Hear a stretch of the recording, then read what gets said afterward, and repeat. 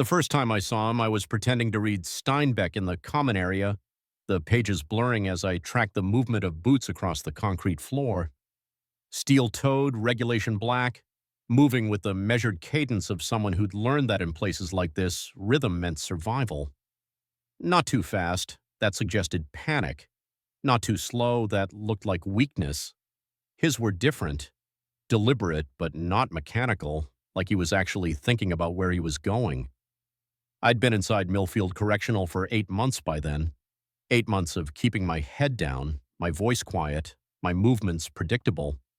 8 months of learning that invisibility was its own kind of armor. The other inmates had stopped trying to figure me out after the first few weeks. The bookish guy with the white-collar crime, the one who never started fights and never finished them either. I was furniture. Safe, boring furniture. That's what I told myself anyway as I watched those boots stop 3 feet from where I sat. Martinez, I looked up. The voice matched the boots, controlled, careful.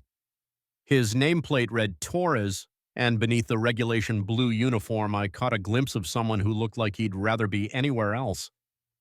Dark eyes, serious mouth, the kind of stillness that suggested deep water. "Yes, sir?" "Library duty starts in 10 minutes. You're on the list." I wasn't on any list. I'd been here long enough to know the rhythms, the schedules, the way things worked when they worked, and the way they broke when they didn't.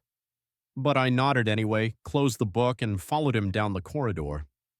The library was smaller than the one at my old community college, but it felt like a cathedral after the noise of Gen Pop. Shelves lined the walls filled with donated paperbacks and outdated textbooks.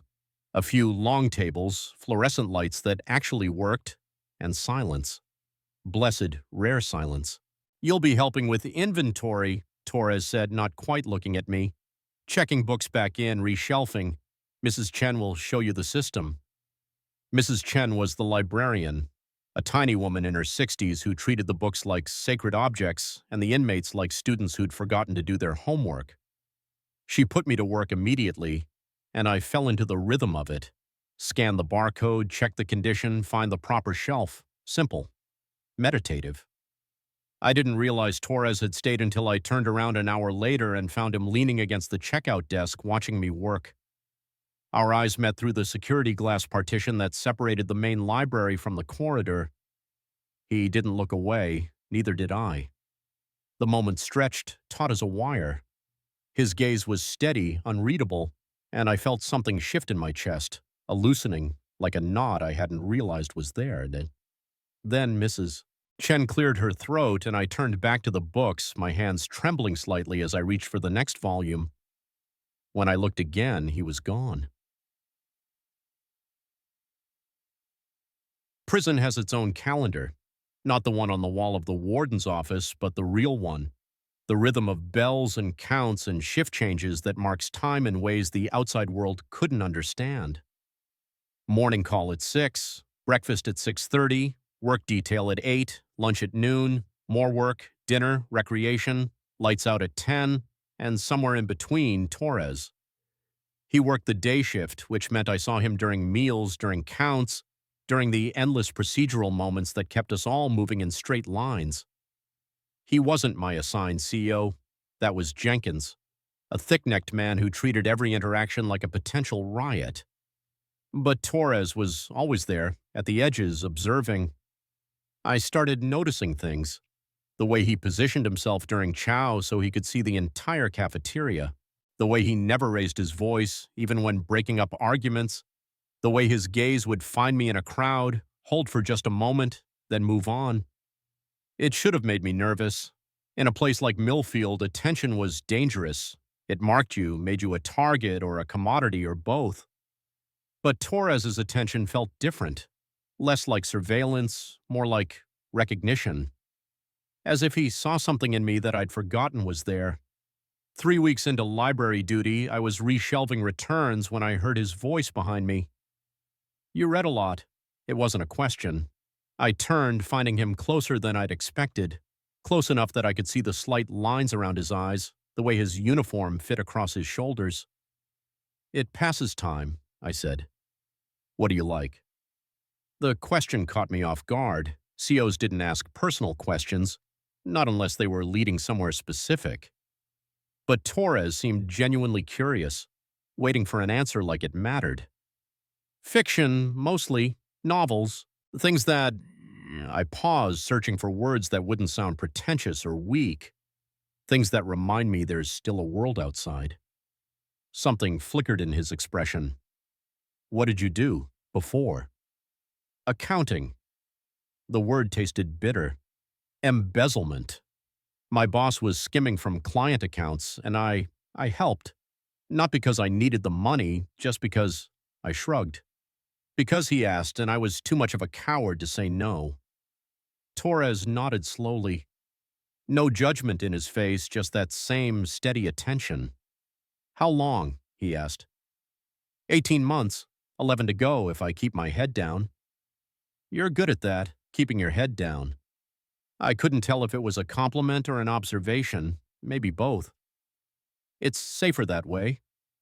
Safe, he repeated like he was testing the word. Yeah, I get that. The silence that followed felt charged, full of things neither of us was saying. Then Mrs. Chen called my name from across the library, and the moment broke. But as I walked away, I could feel him watching me go. The first time I saw him outside normal hours was 3 weeks later, during night count. I was lying on my bunk, staring at the ceiling and listening to the sounds of 200 men trying to sleep in a place that never really got quiet. Snoring, shifting, the occasional murmur of conversation that would be cut short by a sharp lights out from whoever was walking the block. The footsteps approaching my cell were different from the usual night guard's heavy trudge. Lighter, more measured. I turned my head and saw Torres moving slowly down the corridor, his flashlight beam dancing across cell doors. He stopped at mine. The light played across my face for a moment, then clicked off. In the darkness, I could just make out his silhouette through the bars. Can't sleep? His voice was barely above a whisper. I sat up carefully, mindful of my cellmate sleeping 3 feet away. Not really. You always walk this block slower than the others. It slipped out before I could stop it, and I immediately regretted it. Too personal, too observant. But Torres didn't seem bothered. Maybe I like the quiet, he said. The words hung in the air between us. I wanted to ask what he meant, wanted to understand why he was standing there talking to me instead of moving on to the next cell. But questions were dangerous here, especially the ones that mattered. Martinez. His voice was soft, careful. You doing okay? Really? The question hit me unexpectedly. When was the last time someone had asked how I was doing and actually wanted an answer? Not the automatic fine that kept conversations from happening, but the truth. Some days are better than others, I said. He nodded, though I could barely see it in the darkness. Yeah, I know that feeling. Something in his tone made me look closer, trying to read his expression in the dim light filtering from the corridor. For just a moment, he didn't look like a corrections officer. He looked tired, lonely, human. Torres, I started, then stopped. What was I going to say? What could I say that wouldn't cross a line we both pretended didn't exist? But he seemed to understand anyway. Get some sleep, Martinez. Tomorrow's another day. He moved on, his footsteps fading down the corridor. But I lay awake for hours afterward, replaying the conversation, trying to decode the careful space between his words. Prison work detail was supposed to be punishment disguised as rehabilitation, laundry duty, kitchen prep, maintenance, tasks that kept us busy and taught us nothing useful for the outside world. But library duty was different. Mrs. Chen actually cared about what we were doing, and the work had a purpose beyond killing time. Which is why I was surprised when Torres appeared in the library one Tuesday morning with a clipboard and an expression I couldn't read. Martinez, you're reassigned. Supply duty. Mrs. Chen looked up from her catalog. But he's scheduled here until… Change of orders, Torres said, not unkindly, but with finality. I followed him out of the library, through the maze of corridors that led to the supply rooms. The institutional smell of disinfectant was stronger here, mixing with the scent of cardboard and industrial soap. What's supply duty? I asked. Inventory, mostly.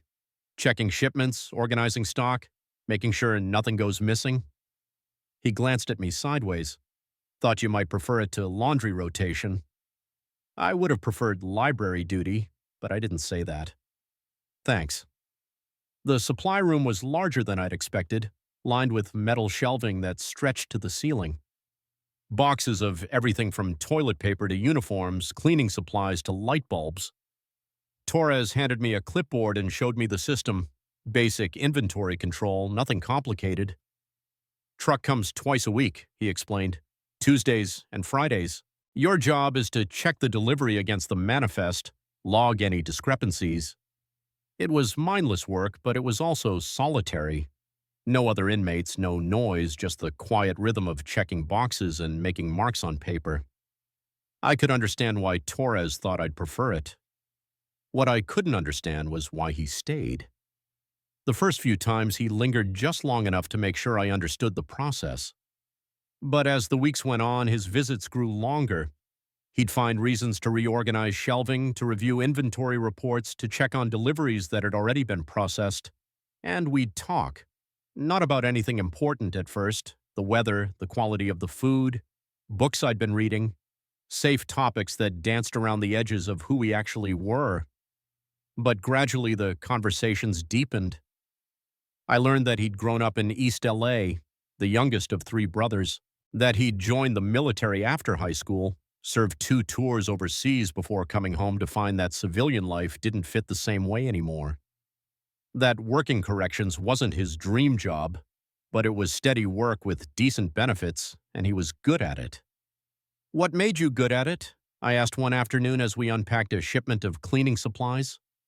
He considered the question seriously the way he always did. I don't know, maybe because I understand what it's like to feel trapped. The admission hung between us, more personal than anything he'd shared before. I wanted to ask what he meant, but something in his expression warned me off. Instead, I said, "Is that why you don't treat us like animals?" "You're not animals." His response was immediate, almost angry. "You're people who made mistakes. Big difference." I thought about that as we worked in silence, stacking boxes and checking manifests. The idea that someone in this place saw me as a person who'd made a mistake rather than a mistake of a person felt revolutionary.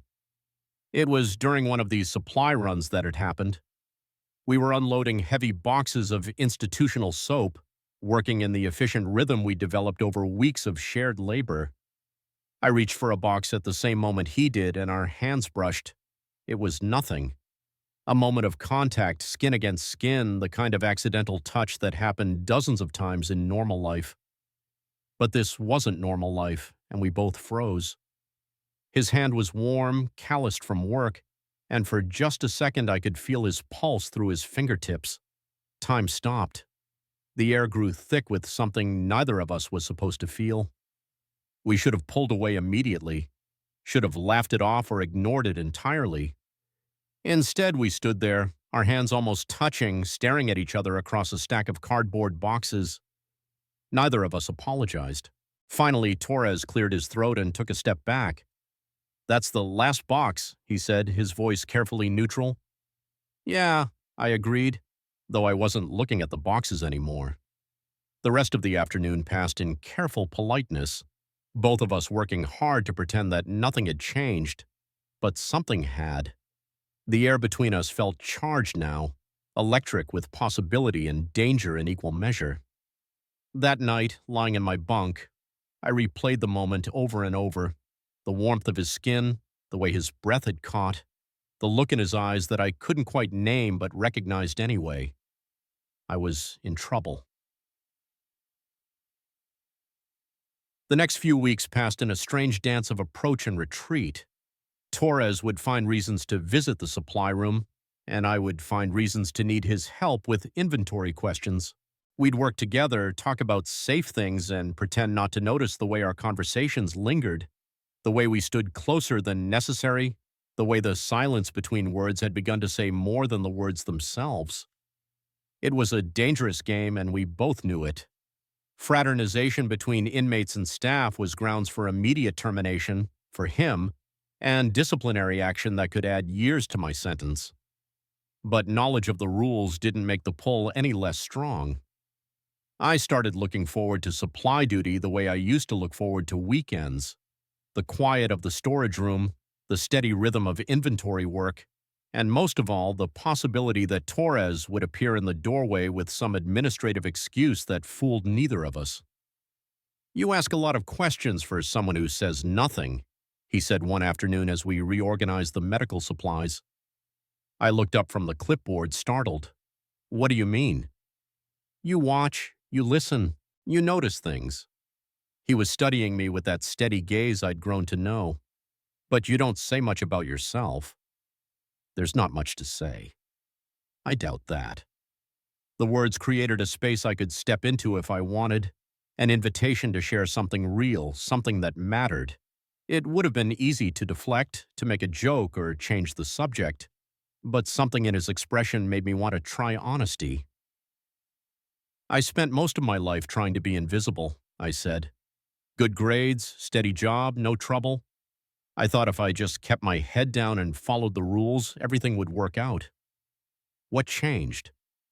I considered how to explain it. "Nothing changed. That was the problem. I was so busy being safe that I forgot to actually live, and when my boss asked me to help him steal from people who trusted us, I said yes because it was the first time anyone had asked me to do anything that mattered, even if it was wrong." Torres nodded slowly. "So you traded one kind of invisible for another?" "Yeah." The accuracy of it surprised me. "I guess I did." "What would you do differently if you could go back?" "I'd say no." The answer came without hesitation. Not because of where I ended up, but because I don't think I was really alive before. Does that make sense? He was quiet for a long moment, considering. "Yeah," he said finally. "It does." Something shifted in the air between us, a settling into deeper water. I wanted to ask what he'd do differently, wanted to know what brought that distant look to his eyes sometimes. But before I could find the words, the supply room door opened and Jenkins appeared. "Torres, Warden wants to see you." The spell broke immediately. Torres straightened, his professional mask sliding back into place. "On my way. Martinez, finish up here and return to your block." "Yes, sir." But as he passed me on his way out, he paused just long enough to murmur, "Maybe I'm just waiting for the right answer." That night, I couldn't concentrate on anything. Not the book I was pretending to read, not the card game happening at the next table, not the mindless television program flickering on the wall-mounted screen. Torres's words kept echoing in my head along with the way he'd looked at me when he said them. Maybe I'm just waiting for the right answer. What was the question? What answer was he looking for? And why did the not knowing feel like standing on the edge of a cliff, terrified and exhilarated at the same time? I'd never been good at reading people, especially not when it mattered. But there had been something in Torres's voice, something beneath the careful professionalism that suggested this wasn't just about inventory management or work assignments. The revelation should have scared me more than it did. After lights out, I lay in my bunk listening to the familiar sounds of the cell block settling into its restless version of sleep. Rodriguez, my cellmate, was snoring softly, and down the hall someone was having a nightmare they couldn't quite wake up from. The night guards would be making their rounds soon, flashlight beams sweeping across cell doors in the eternal theater of security. But tonight, when footsteps approached, I found myself hoping they would stop. They did. "Martinez." Torres's voice was barely audible. Just my name whispered into the darkness. I sat up carefully, moving to the bars.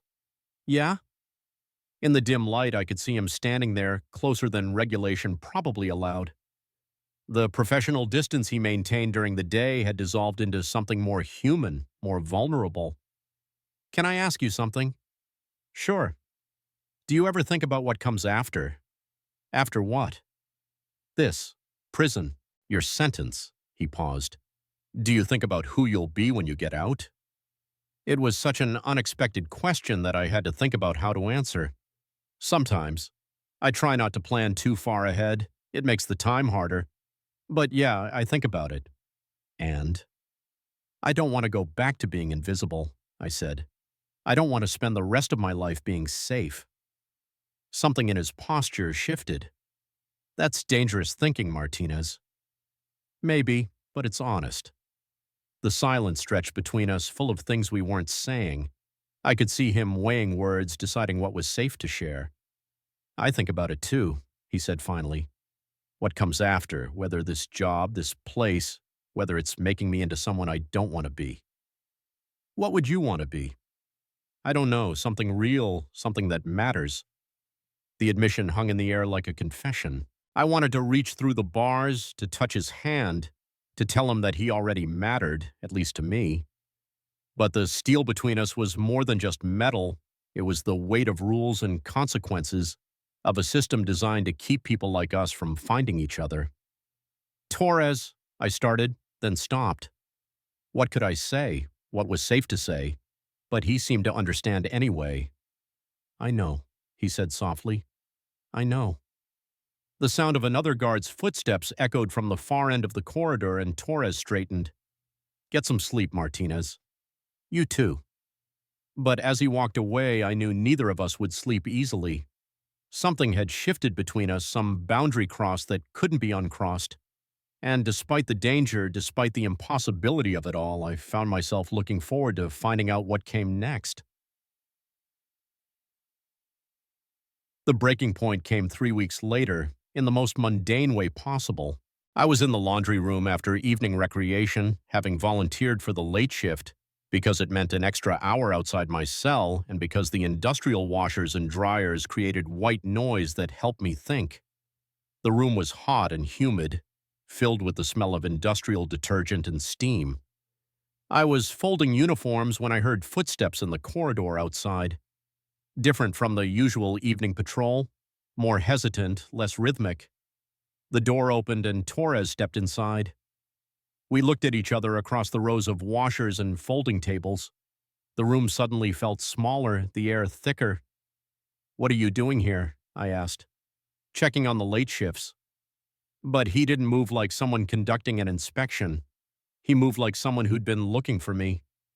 It's just me tonight. I know. The admission hung between us, heavy with implication. He'd known I'd be here alone, had come looking for me specifically. The professional excuse was just that, an excuse. I set down the uniform I'd been folding and turned to face him fully. Torres. David, he said. My name is David. The use of his first name felt like crossing a line we'd been circling for months. Personal, intimate, dangerous. David, I repeated, testing how it felt on my tongue. What are you doing here, really? He moved closer, navigating between the industrial equipment until he was standing just a few feet away. Close enough that I could see the conflict in his eyes, the way his hands were clenched at his sides. I don't know, he said. I've been telling myself I was just checking on you, making sure you were adjusting okay, but that's not what this is. What is it? I don't know, he repeated, and there was something almost desperate in his voice. I don't know what this is, Miguel, but I don't want to stop feeling it. My name in his mouth was a revelation. Not Martinez, not Inmate, but Miguel. The person I'd been before this place, the person I was still trying to figure out how to be. We stood there in the humid air, surrounded by the mechanical sounds of washers and dryers, and I could feel the moment balanced on the edge of something irreversible. One of us would have to step back, restore the professional distance, pretend this conversation hadn't happened, or one of us would have to step forward into territory neither of us had mapped. David, I said carefully, if someone catches us, I know the risks. Do you, really? Because I've got 11 months left on my sentence and you've got a career, a life outside these walls. If this goes wrong, we'll deal with it. He took another step closer, close enough now that I could feel the heat radiating from his body. But Miguel, I need you to know that I've never felt anything like this before, not with anyone. The confession hit me like a physical blow. I could see the truth of it in his eyes, the vulnerability he was offering me along with the risk. Neither have I whispered. The words seemed to break something in him. The careful control he'd maintained for months cracked, and suddenly he was reaching for me, his hand cupping my face with a gentleness that made my chest ache.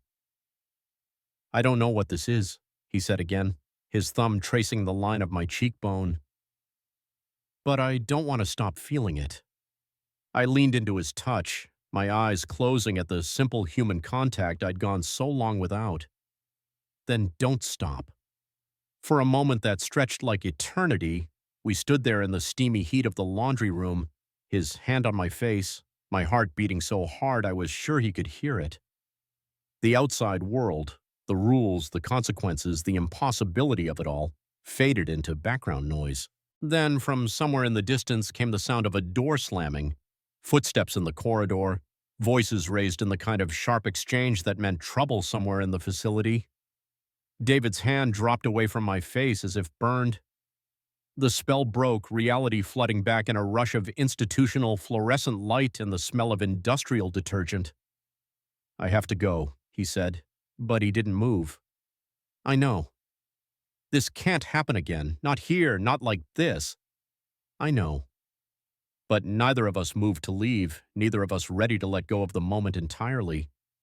In the harsh light of the laundry room, surrounded by the mundane reality of prison routine, we'd found something neither of us had been looking for, something worth risking everything for. Finally, David stepped back, his professional mask sliding into place. Finish up here and return to your block. Yes, sir. But as he reached the door, he turned back one more time. Miguel. Yeah? Be careful. I nodded, though I wasn't sure careful was possible anymore. Not when he looked at me like that, like I was something precious he was afraid to break. After he left, I stood alone in the laundry room, my face still tingling where he'd touched me, my heart still racing from the nearness of him. I had 11 months left on my sentence, 11 months of walking the line between safety and connection, between the person I'd been and the person I was becoming. 11 months to figure out what came after the most impossible beginning I'd ever experienced. But as I folded the last of the uniforms and prepared to return to my cell, I realized I was no longer afraid of the answer. Part 2. Crossing. I don't know what this is, David whispered, his hand still cupping my face with trembling fingers. But I don't want to stop feeling it. The words hung in the humid air between us, heavy with confession and fear. I could see the conflict playing across his features, the man warring with the corrections officer, desire fighting duty. The fluorescent lights hummed overhead, casting everything in harsh relief, but his eyes were soft, uncertain, human. I didn't respond right away, couldn't. The moment felt too fragile, like speaking might shatter whatever had brought us to this impossible place. Instead, I just looked at him, really looked. David Torres, 32 years old, East LA born, military veteran, corrections officer for 4 years. I'd memorized these facts over months of careful observation, collected them like pieces of a puzzle I was trying to solve. But here, in the laundry room's steamy warmth, none of those details mattered. What mattered was the way his breath caught when I raised my hand to cover his where it rested against my cheek. What mattered was the vulnerability in his dark eyes, the careful way he held himself as if he might bolt at any second. He wore the uniform like armor, but here in this quiet, he looked more human than anyone I'd ever known. Slowly, carefully, I took one step closer. The distance between us collapsed to nothing. I could feel the heat radiating from his body, could smell the faint scent of his soap mixed with the institutional detergent that permeated everything in this place. His free hand came up to rest against my chest, not pushing away but not pulling closer either, just touching, confirming that this was real. Miguel, he breathed, and my name sounded different in his mouth now. Not the careful pronunciation he used during work detail, but something softer, more intimate. I'm here, I whispered back. For a heartbeat, we stood frozen like that, close enough to feel each other's breath, close enough that the slightest movement would bring our lips together. The air between us crackled with possibility and terror in equal measure.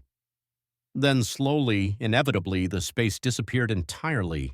It wasn't an explosion. It was barely even a whisper, just the softest brush of lips against lips, hesitant and questioning, like we were asking permission from the universe itself. The kiss lasted maybe 3 seconds, no more. But it changed everything.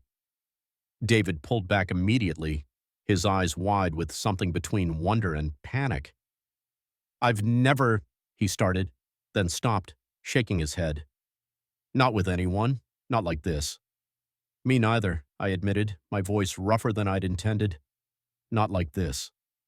The truth of it settled between us. I'd had relationships before. Lisa from college, brief encounters that never went anywhere meaningful. But this felt different. This felt like standing on the edge of something vast and terrifying and absolutely necessary. "We can't," David said, but he didn't step away. "Miguel, we can't do this." "I know. If anyone finds out, I know. You could lose your early release eligibility. I could lose my job, face criminal charges. I know." I reached up to touch his face the way he touched mine, my fingers tracing the line of his jaw. "But I'm not asking you to throw your life away. I'm just asking you to be here, right now, with me." Something in his expression cracked open. The careful control he'd maintained for months, maybe years, finally gave way. "God, Miguel, what are you doing to me?" "The same thing you're doing to me." He leaned into my touch, his eyes closing. "This is insane." "Yeah, it is." But neither of us moved away. If anything, we seemed to draw closer, pulled by gravity we couldn't name or resist. The laundry room faded around us, the industrial washers, the folding tables, the harsh fluorescent lights. There was only the warmth of his skin under my fingers, the way his breath hitched when I traced my thumb across his lower lip. "What happens when your time's up?" he asked suddenly, his eyes opening to meet mine. The question hit like cold water. 11 months. That's what I had left, assuming good behavior and no complications. 11 months that had seemed like an eternity just hours ago, but now felt impossibly short. "I don't know," I said honestly. The plan was always to disappear when I got out. New city, new name if I could manage it. Start over somewhere nobody knew what I'd done. And now? I hesitated, weighing my words.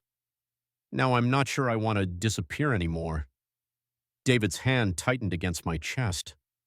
"Miguel, I'm not asking for promises," I said quickly. "I'm not asking you to wait for me or throw away everything you've built. But tonight, I'm still here, and so are you." For a long moment, we just stood there, breathing the same air, existing in the same impossible space. Then, as if we'd made some unspoken agreement, we sank down to sit on the cold concrete floor, our backs against one of the industrial dryers, shoulder to shoulder, not speaking, just breathing. The warmth from the machine seeped through my uniform, a counterpoint to the cool air conditioning that kept the rest of the facility at regulation temperature. David's shoulder pressed against mine, solid and real, and I found myself cataloging every detail. The way his uniform pulled slightly across his chest, the calluses on his hands, the small scar above his left eyebrow that I'd never noticed before. "How did you get that?" I asked, nodding toward the scar. He touched it self-consciously. "Bar fight in Kandahar. Some Marine thought Army guys were soft." "Were you?" A small smile played at his lips. "Not that night." I could picture it. David younger, more reckless, throwing punches in some overseas dive bar. The image felt at odds with the careful, controlled man I'd come to know, but maybe that was the point. Maybe we were all different people than we appeared to be. "What about you?" he asked. "Any battle scars?" I held up my left hand, showing him the thin white line across my palm. "Kitchen knife. I was 12, trying to help my mom make dinner. She banned me from food prep after that." "Smart woman." "Yeah, she was." The past tense hung heavy between us. "She died while I was awaiting trial. Heart attack. I think the shame of what I'd done." David's hand found mine, his fingers intertwining with mine on the concrete floor. "That's not your fault." Isn't it? No. His voice was firm, certain. Miguel, what you did was wrong, but you didn't kill your mother. Life did that. Bad timing and worse luck in a world that doesn't make room for people to be human. I wanted to argue, to hold on to the guilt that had become as familiar as breathing. But something in his voice made me pause, made me consider the possibility that maybe, I didn't have to carry all of this alone. David, I started, then stopped. What could I say? Thank you seemed inadequate. Sorry seemed pointless, but he seemed to understand anyway. I know. Time moved differently in that laundry room. Minutes could have been hours, hours could have been seconds. We sat in comfortable silence, our hands linked on the floor between us, listening to the rhythmic thrum of the dryers and the distant sounds of the facility settling into its nighttime routine. I found myself studying his profile in the harsh fluorescent light, memorizing the line of his nose, the way his dark hair curled slightly at his collar. If this was all we ever had, this stolen hour in a place that smelled like industrial soap and human desperation, I wanted to remember every detail. What are you thinking about? He asked without looking at me. You. The simple honesty of it made him turn. What about me? Everything. The way you walk the corridors like you're thinking about each step. The way you never raise your voice even when breaking up fights. The way you look at me like you see something worth seeing. I do see something worth seeing. What? He was quiet for so long I thought he wouldn't answer. Then, someone who's not finished becoming who he's supposed to be. Someone who still believes in the possibility of redemption, even if he doesn't know it yet. The words hit me like a physical blow. David, you asked what I see, he said quietly. That's what I see. And it terrifies me because it makes me want things I can't have. Before I could respond, we both heard it. Footsteps in the corridor outside. Heavy boots, moving with purpose. My blood turned to ice. We froze, our hands still linked but our bodies gone rigid with fear. The footsteps grew closer and I could hear voices now. 2 guards discussing shift changes, their words echoing off the concrete walls. David's grip on my hand tightened. We were sitting on the floor of the laundry room at nearly midnight. An inmate and a corrections officer, our fingers intertwined like lovers. There was no innocent explanation for this scene. The footsteps stopped just outside the door. I held my breath, my heart hammering so hard I was sure it would give us away. David's face had gone pale, but he didn't let go of my hand. If anything, he held tighter, as if he could anchor us both to this moment through sheer will. The door handle turned. Time suspended itself. The world held its breath with us, waiting to see if our impossible connection would survive the harsh light of discovery. But then one of the voices called out, "Martinez, you still in there?" It was Jenkins, my usual CO, probably checking on the late shift workers. I found my voice somehow. "Yes, sir. Almost finished." "Wrap it up. Lights out in 10 minutes." "Yes, sir." The footsteps moved away, continuing down the corridor. We sat there for another full minute, not moving, barely breathing until the sounds faded completely. "Jesus," David whispered, finally releasing my hand. "That was too close." We both knew what had almost happened. Discovery meant disciplinary action for me, criminal charges for him. It meant the end of everything we'd barely begun to explore. "I should go," he said, but he didn't move. "Yeah, you should." Neither of us stood up. The moment felt too precious to break, even knowing how dangerous it was to extend it.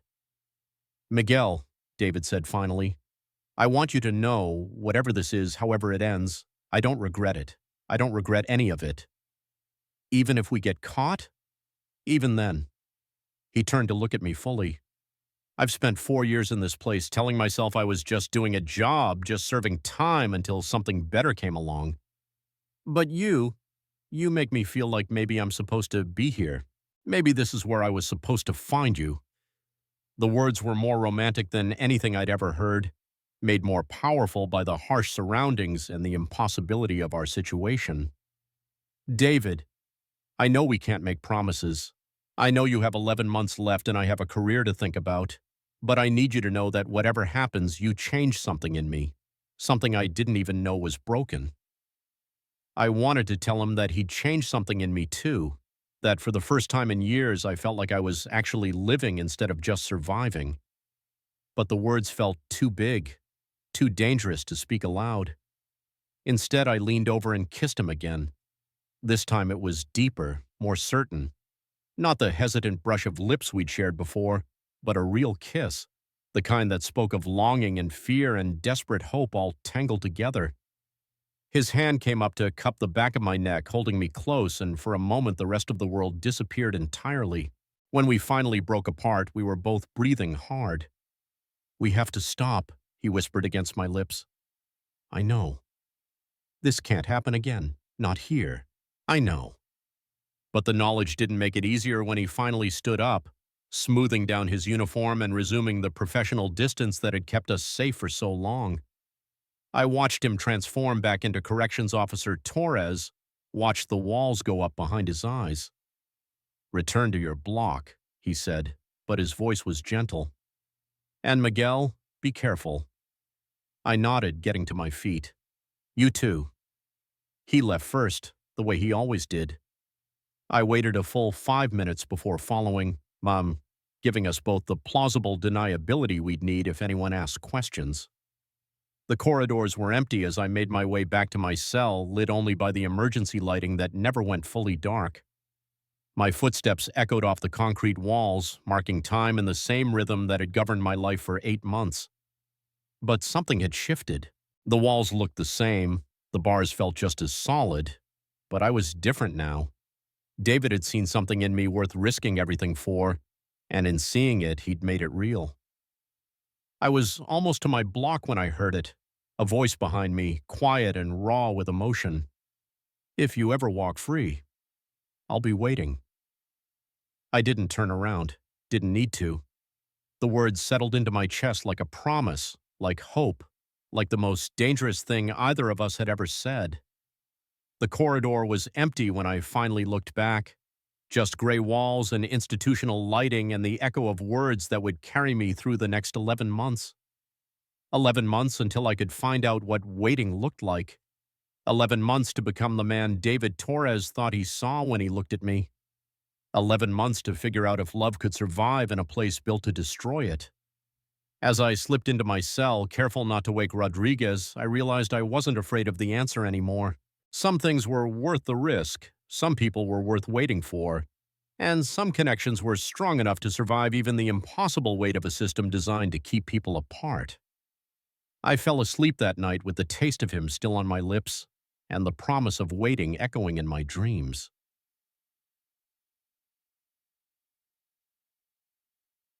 To be continued.